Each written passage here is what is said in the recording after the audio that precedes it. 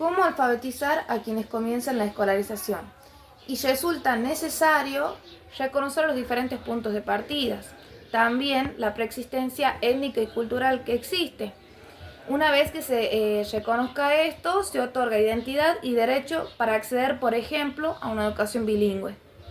Por otra parte, la diversidad lingüística también tiene sus propias particularidades, como por ejemplo la alternancia lingüística, que son exponentes de conflictos entre la lengua que se aprende en el entorno primario y la que se debería hablar. También tenemos la distancia lingüística. La variedad dialectal oral presenta una gran distancia lingüística respecto a la variedad escrita. Los chicos esto no lo comprenden, por eso es que ellos escriben como hablan. Esta distancia resulta como barrera para el progreso académico de los chicos. Ahora voy a presentar las propuestas realizadas por Melgar, que nos habla de eliminar el aprestamiento y la enseñanza por inmersión. Acá tengo una cita que la voy a leer. El aprestamiento es solo una ejercitación motriz sin conexión con el significado, y por eso no se les enseña nada a los niños sobre la escritura. Especialmente en escuelas con diversidad lingüística, utilizar el tiempo en el llamado aprestamiento es una pérdida de tiempo valiosísimo para la adquisición de aprendizaje con sentido. Melgar, 2014. La manera epistemológica y didáctica correcta es presentándole a los chicos problemas originados en relación a la lengua escrita y a la oral, para que los mismos puedan resolverlo y aprender cuándo sí y cuándo no usar una o la otra.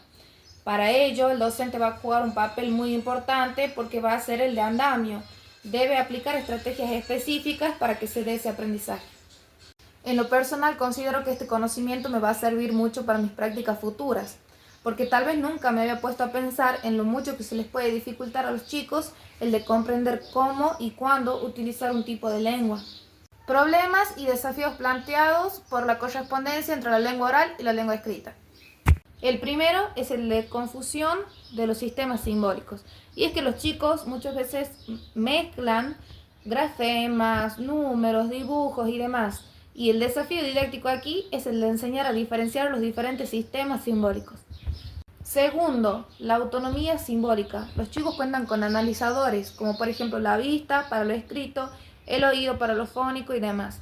Es importante entrenar su vista, saber educar su vista, para que ellos puedan decodificar lo que no está escrito. También este es un proceso, hay que reconocer que este es un proceso difícil y cognitivamente costoso. El desafío didáctico aquí es el de enseñar a observar la escritura alfabética, también al de recuperar información y demás, para que el mismo pueda corregir, modificar y mejorar esa información. Tercero, la complementariedad, y es uno de los problemas más persistentes en quien escribe. Y esto consiste en que su escrito corresponda a la situación comunicativa y que exprese lo que se pretende. El cuarto es la doble articulación. Surgen problemas en estos dos tipos de articulaciones, como por ejemplo unen o separan palabras de una manera incorrecta o cambian los grafemas cambiando el sentido a la palabra. Por otra parte, el desafío didáctico aquí es el de enseñar que si se producen cambios en el plano del significante, se va a producir cambios al significado. Quinto, paralelismo. Dentro del paralelismo podemos establecer dos niveles, a nivel palabra y a nivel grafema-fonema. A nivel palabra es necesario que quien aprende comprenda que la palabra es una unidad y que el escrito está separado por espacios. El desafío didáctico aquí es el de enseñar a controlar esos espacios. Y a nivel grafema-fonema es que deben vincular la lengua escrita con la lengua oral de una manera inédita en su experiencia. Tenemos también el paralelismo con correspondencias biunívocas simple y perfecta. Y también tenemos el efecto del paralelismo. El desafío didáctico va a ser el de enseñar la ortografía como reglamentos de uso de las correspondencias. Y se trata de que los alumnos puedan sostener de manera sistemática este trabajo de comparación de palabras.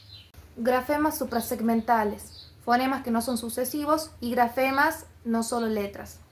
El desafío didáctico aquí es el de enseñar los sistemas de puntuación, signos auxiliares, tildación, etc.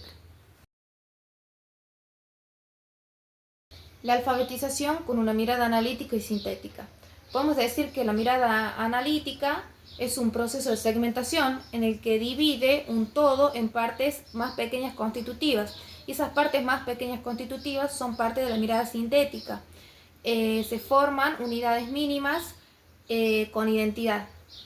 Me parece muy interesante este tipo de miradas y me gustaría emplear en mi práctica docente la mirada analítica, partir de un todo para después ir segmentando para poder llegar a una mirada sintética y así trabajar ambas partes de una manera más efectiva.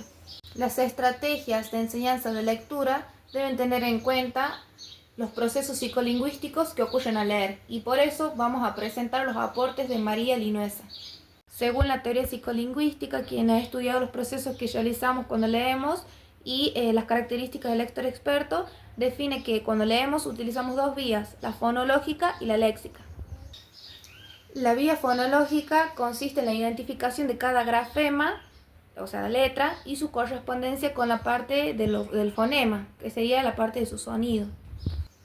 Y la vía léxica podemos decir que es la memoria letrada que tenemos, o sea, todo el recorrido de lectura que hemos tenido y las palabras que hemos ido almacenando en nuestra memoria, que de alguna manera cuando leemos y las reconocemos se nos va haciendo más fácil comprender.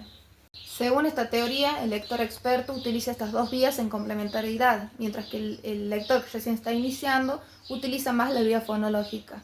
El desafío didáctico aquí es el de brindar una enseñanza específica para que el aprendiz tome conciencia de que son conocimientos metalingüísticos que le van a permitir manipular lo que son fonemas, grafemas y demás.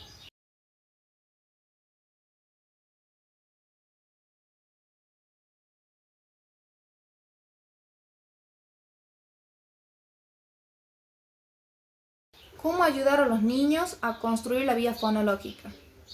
La construcción de la vía fonológica debe ser apoyada con tareas pedagógicas que desarrollen en la niña o el niño la conciencia sobre la existencia de los fonemas representados por las letras en las escrituras alfabéticas. Estas tareas deben ser fáciles, interesantes para el niño y planteadas por el juego. Linuesa, 2009. El desafío aquí del docente es el siguiente.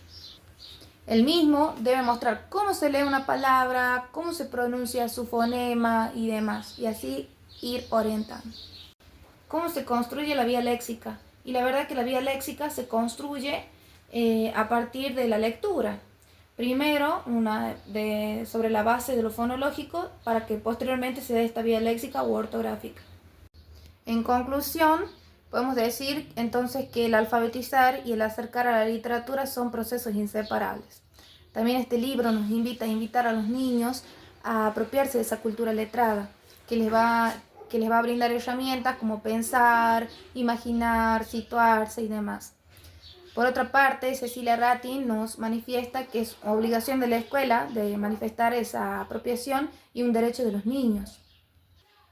Podemos remarcar nuevamente que el papel docente es muy importante porque las decisiones que tome se van a ver reflejadas directamente en el aprendizaje de los chicos. Para cerrar, podemos decir que leer y escribir son prácticas sociales que forman ciudadanía y construyen una comunidad.